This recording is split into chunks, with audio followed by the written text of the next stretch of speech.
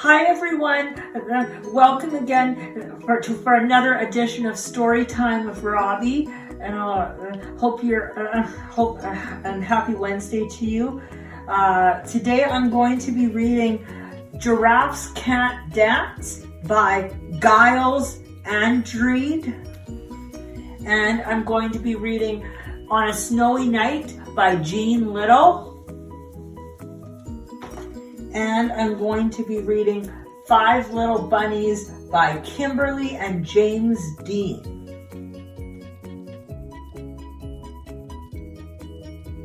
Okay, the first book I'm going to read is called Giraffes Can't Dance by Giles Andreed.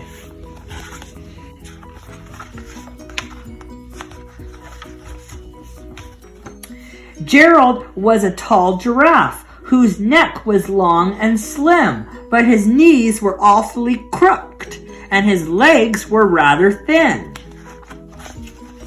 He was very good at standing still and munching shoots off trees, but when he tried to run around, he buckled at the knees. Now every year in Africa, they hold the jungle dance, where every single animal turns up to skip and prance. And this year, when the day arrived, poor Gerald felt so sad, because when it came to dancing, he was really very bad. The wharf hogs started waltzing, and the rhinos rocked and rolled. The lions danced a tango that was elegant and bold. The chimps all did a cha-cha-cha with a very Latin feel, and 8 baboons that teamed up for a splendid Scottish reel.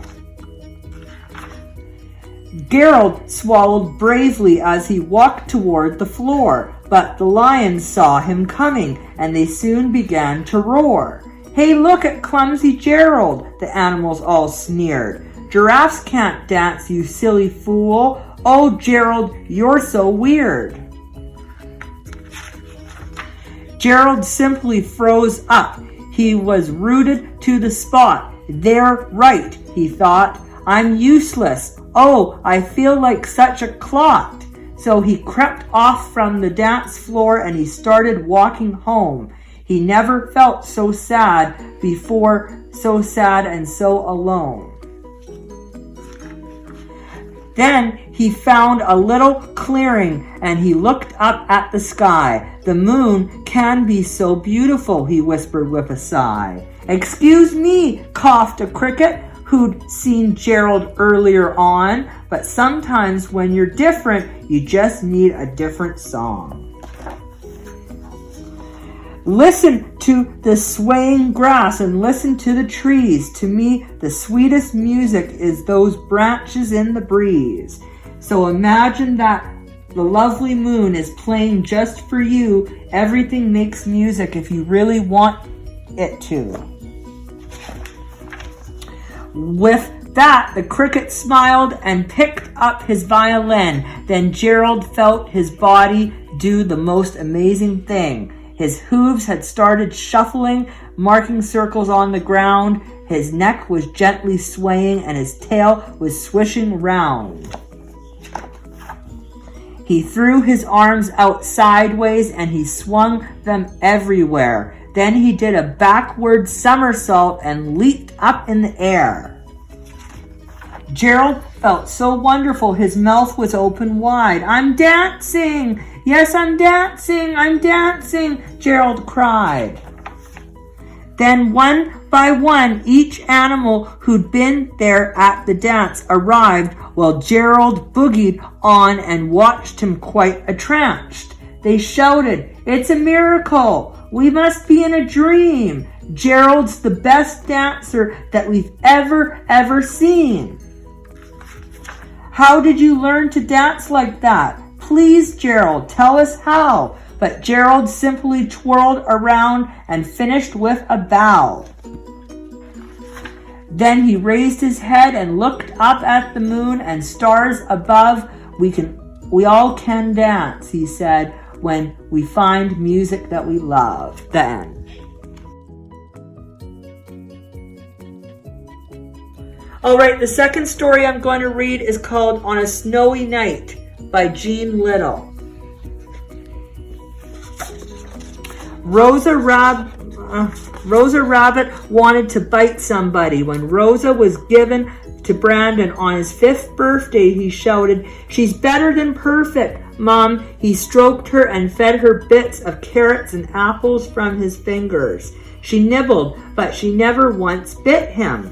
"Who loves Rosa Rabbit?" he asked, but soon he would answer, "I do," and Rosa Rabbit was happy. But now Rosa was not happy at all. Brandon had grown big and he was too busy playing with boys to bother with a rabbit very often. Rosa watched Brandon's sister showing her guinea pig the Christmas tree. "Tonight we hang up our stockings," she said. "I'm so excited I can hardly wait." Rosa Rabbit was not excited. She was hungry and lonely and sure nobody loved her. Suddenly Brandon burst in. "Now what, Rosa Rabbit? It's snowing again. It's almost a blizzard." "Rosa probably doesn't remember what snow is," her sister said. Brandon lifted Rosa out of her cage. He held her tight and ran back out into the winter dusk. He put her down gently in a stretch of fresh snow. "How do you like the snow, Rosa?" he asked. Just then his mother called, "Brandon, telephone, I'm coming," he yelled as he raced for the house. Rosa waited and waited for him to come back. A gust of wind sent a burst of snowflakes right into her eyes. When Brandon still did not come, he tried to follow his footprints, but it was dark and she could not see them any longer. She was lost. "Fluff up your feathers," said a small, clear voice. Rosa gazed at the little bird. "I don't have feathers," she said, though chattering teeth. Maybe we can help cheat the bird." A flock of teeny chickades flew down to her. They fluffed up their down to make a soft, busy blanket against the biting wind. One hopped up between Rosa's soft ears and asked if that helped. Rosa nodded, but she was still shivering. "Look who's here," peeped another of the birds. Rosa lifted her head and peered through the swarming snowflakes. A creature with a tall tail appeared and dropped something right in front of her. The chickades twittered. The squirrel went behind Rosa and gave her a push. Rosa jumped forward and her ice-cold front paws landed on something. She moved around until she could get all 4 paws onto it. The chickades tumbled off her back and whirled up in a cloud of wings. Rosa knew that meant it was Brandon's. She almost smiled as she settled onto the wonderful warmth of wool. "Thanks," she mumbled to the squirrel, but all around her the snow deepened. "I get you something to eat?" said a loud voice. A raccoon waddled across to a tail, white shape nearby. He scrambled up it and came back with a carrot. He dropped it right in front of Rosa. "I think it's supposed to be a nose," he said. Rosa bit into the carrot. Never before had any food tasted so delicious. "She really likes it," the raccoon boasted.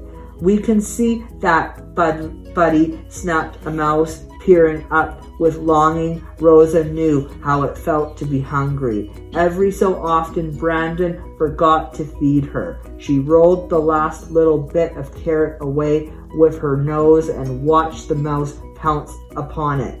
For a moment, she felt almost warm. Rosa Rabbit stared around her at her new friends. I thought wild animals ate each other, she said. Not on this night, said a voice from a tree branch high above. Even tasty little morsels like you are safe tonight. It's a hawk, cheeped the chickade, trying to sound brave. Rosa gazed up into the shadowy branches and redeemed the Christmas tree in a warm house. Far away, someone was calling. I must go home, she said. My boy will be in trouble. She stared into the darkness and trembled. But I don't know where home is. You need to turn around, the hawk said. I can guide you. I know where your boy lives. Rosa tried to move forward, but her paws felt stiff in spite of the midden's warmth and the snow was so deep. I'm stuck, she whimpered. Don't be silly. You can hop, said the mouse. He's right, said the raccoon. Be brave. Then Rosa remembered Brandon shouting, She'd better than perfect. I can, she told herself, and she hopped with all her might. As she sprang out of the snow, the hawk swooped down and flew ahead. The others followed after him. Soon they were in front of the house. Brandon was just coming out the door. Rosa gazed up at him. Then she looked back at all the creatures who had helped her when she was lost and afraid. Thank you, everyone, she said, as they scampered and flew away. She hopped up the porch steps and thumped with her hind foot. Brandon looked down and saw her. For one moment he stared at her, not believing his eyes. Then he leaped forward and lifted her into his arms. Oh, Rosa, when I couldn't find you, I thought I'd lost you forever, Brandon cried. She could have bitten him then, but she did not think of it. His arms were warm and she snuggled close. He did not need to tell her who loved Rosa Rabbit. She knew. The end. The third story I'm going to read is Pete the Cat, 5 Little Bunnies.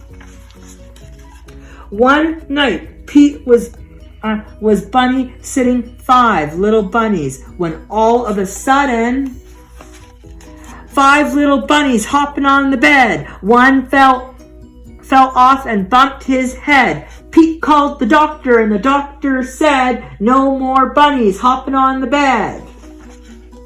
4 little bunnies hopping on the bed. One fell off and bumped her head. Pete called the doctor and the doctor said, no more bunnies hopping on the bed. 3 little bunnies hopping on the bed. One fell off and bumped his head.